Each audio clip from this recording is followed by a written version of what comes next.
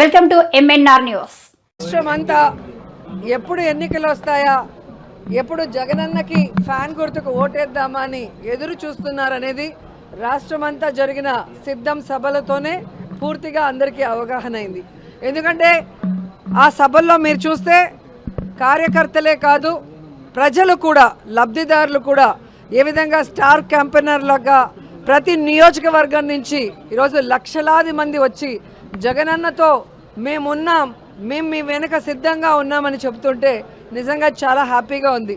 ఎందుకంటే ప్రజలకి మంచి చేయటం కోసం కష్టాలు అనుభవించి తప్పుడు కేసులు వాళ్ళు బనాయించిన చిరునవ్వుతో ముందుకు వెళ్ళి ఈరోజు ప్రజల ఆశీస్సులతో తిరుగులేని ముఖ్యమంత్రి అయిన జగన్మోహన్ రెడ్డి గారు తాను ముఖ్యమంత్రి అయిన మొదటి రోజు నుంచి ఏ విధంగా తన తండ్రి పేరు నిలబెట్టే విధంగా పరిపాలించారు పారదర్శకంగా అనేది మనం చూసాం.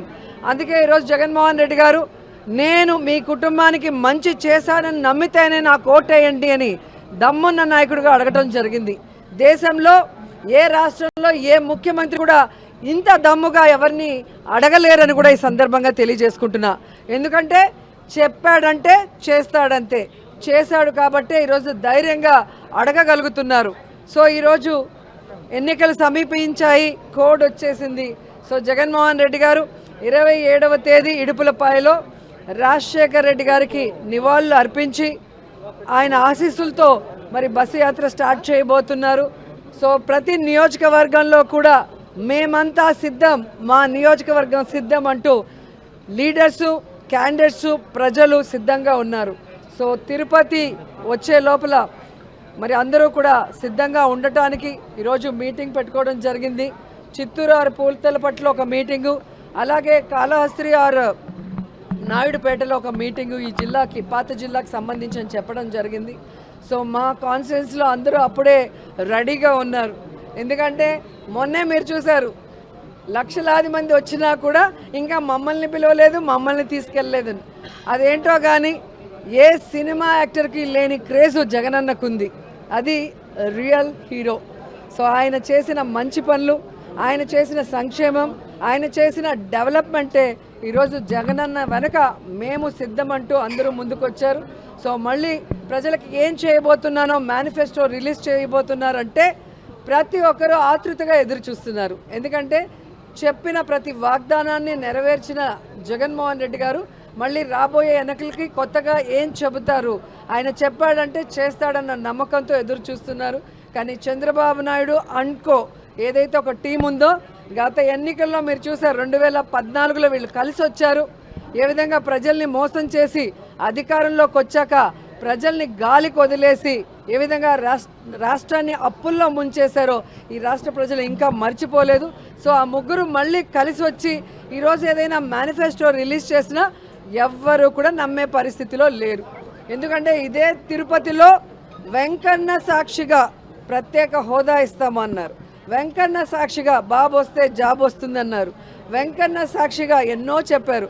ఆ వెంకన్నకే ఈరోజు శటగోపం పెట్టాలన్న ప్రయత్నం చేస్తున్న వీళ్ళకి ఖచ్చితంగా వెంకన్న బుద్ధి చెప్తారు అని కూడా ఈ సందర్భంగా తెలియజేసుకుంటున్నా. ఎప్పుడైతే తెలుగుదేశం పార్టీ, జనసేన వాళ్ళ అభ్యర్థుల ఫస్ట్ లిస్ట్ రిలీజ్ చేశారో ఆ రోజే రాష్ట్రమంతా మీరు చూశారు వైఎస్ఆర్సీపీ సంబరాలు చేసుకుంది. అంత ఏమంటారో అంత పేలవంగా ఒక candidate list Telugu Desam, Janasena release చేయడం జరిగింది. మొన్న ఈ ముగ్గురు కూటమి ఏదైతే ఉందో, బీజేపీ, తెలుగుదేశం, పవన్ కళ్యాణ్ మీటింగ్ జరిగిందో దాంతో అందరికీ అర్థమైపోయింది 175కి 175 వైఎస్ఆర్ కాంగ్రెస్ పార్టీ రాబోతుంది, మళ్ళీ జగనన్నే ముఖ్యమంత్రి కాబోతున్నారని. ఎందుకంటే ఈరోజు ఈ మీటింగ్కి బీజేపీ వాళ్ళు, జనసేన వాళ్ళు అందరూ కూడా బాయ్కాట్ చేశారు.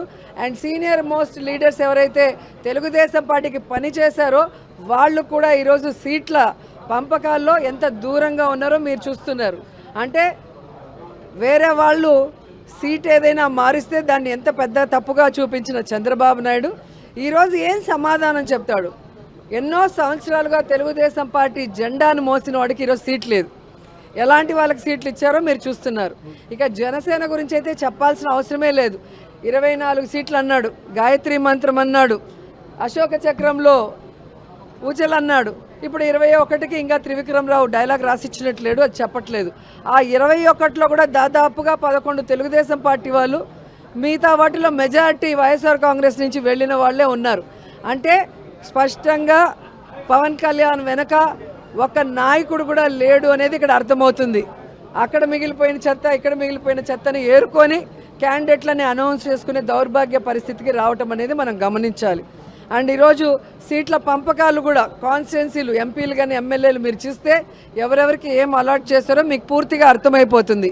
చంద్రబాబు నాయుడు బీజేపీని, జనసేనను మోసం చెయ్యాలి అన్న ఆలోచనతో సీట్ల పంపకాలు ఎలా చేశాడు, ఆ సీట్లలో కూడా తన అభ్యర్థుల్ని ఎలా పంపించి పెట్టుకున్నాడో చూశారు. కాబట్టి ఒకరికి ఒకరు పడక మొత్తం ఆ కూటమి అంతా జీరో అవుతుంది.